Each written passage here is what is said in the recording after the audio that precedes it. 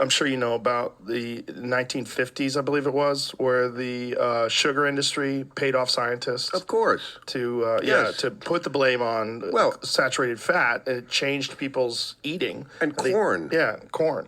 They changed what the sugar came from because they had too much corn because they subsidized it. Yeah. So let's make sugar out of corn, which is not really what you should be making. I mean, cane sugar is not great for you either, but it's better than corn. You see the obesity rates go up as corn syrup. But it's still within someone's power to turn it down. You're not helpless. There's plenty of people out there that have done it, too, that you can get examples from. I mean, especially in this day and age with YouTube and these social media influencers that have lost a ton of weight, some of those people have gone on diets and lost 150 pounds, and they'll tell you how they did it. And you can get inspiration from them. It's not rocket science. Yeah, it's doable. But it's not easy. And the idea of calling it a disease, it's interesting because we kind of agree alcoholism is a disease. But it is similar. Because you are addicted to food. Like, people are absolutely addicted to food, especially high fructose corn syrup products and things where there's like, you're getting that big sugar rush and the insulin spikes. And well, they do this in the lab, you know. I mean, they have all these food companies. All these food companies have labs where they go in and they test how much fat and sugar and salt we can put in this thing to make it as addictive as possible. You know, they don't want you to just eat one, that Lay's potato. You bet you can't eat. They want you to have the whole bag and then start another bag. Yeah. But again, I always have the most sympathy for the obese when I'm high because I get the munchies, as most of us do. Not in the first hour. Like, it goes to my head first, which is great. And then it goes to my stomach. And then it goes to my dick.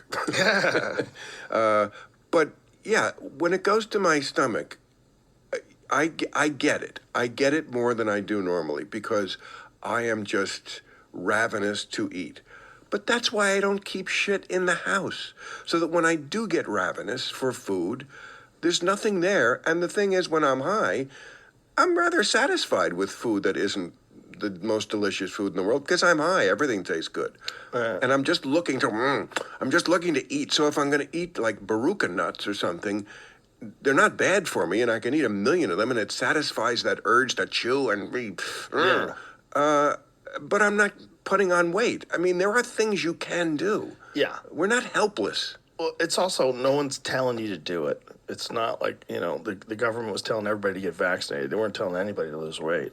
They weren't telling anybody to take vitamin D. There's just, well, you know, it's the problem of media and industries and even the government itself being captured by special interests. And it's a big problem. Like, they don't want people losing weight. They don't want people getting healthier. It's not good for business. So there's no push to do it. What the push is always in what is going to make us the most money, which is why you're seeing this push for these diabetes drugs that people are taking to lose weight. You know, it's like there's a lot of money in that. There's a lot of money in, what is it called, Wegovy and Ozempic, whatever these ones are called. Oh, yeah. Yeah. Oh, are you kidding? Peptides. They're going to make, I'm sure they already have. I'm sure, yeah. Yeah. And look, if that's the only way you can lose weight and you lose weight, and that's what starts you along the way, I kind of feel like that, the same way I feel about SSRIs. I've had friends that have had disastrous situations come up because of SSRIs, and I've had other people that got from being suicidal to getting their life in order and then slowly getting off of them and then saying it was overall a good thing for them. Wait, what is SSRI? Antidepressants. Oh. Prozac. Well, Prozac's not one of them. What is SSRI stand for? Yeah, that's what it is. Selective serotonin re-up inhibitors. It's But I thought they recently found out that it wasn't the serotonin. Well, what they found out is it's not a chemical imbalance in your brain. Right. The SSRIs are another one where they're not exactly sure why they work. You know, like Zoloft is a good one. They don't know. They just, you know, it helps some people, doesn't help other people. For a lot of people, it just makes them disconnected. Right. And they feel like just everything is flat and dull. I took a Zoloft once. I don't know why I had a Zoloft in the house, but I thought it was... You recreationally took a Zoloft?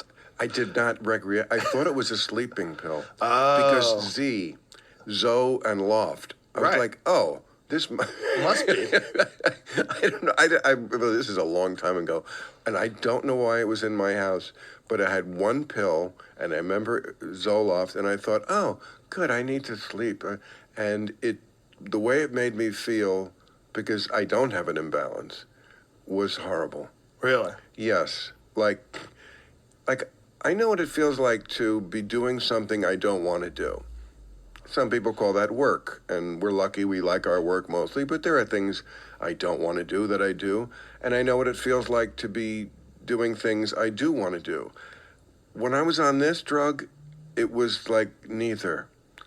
Like, I didn't feel anything. It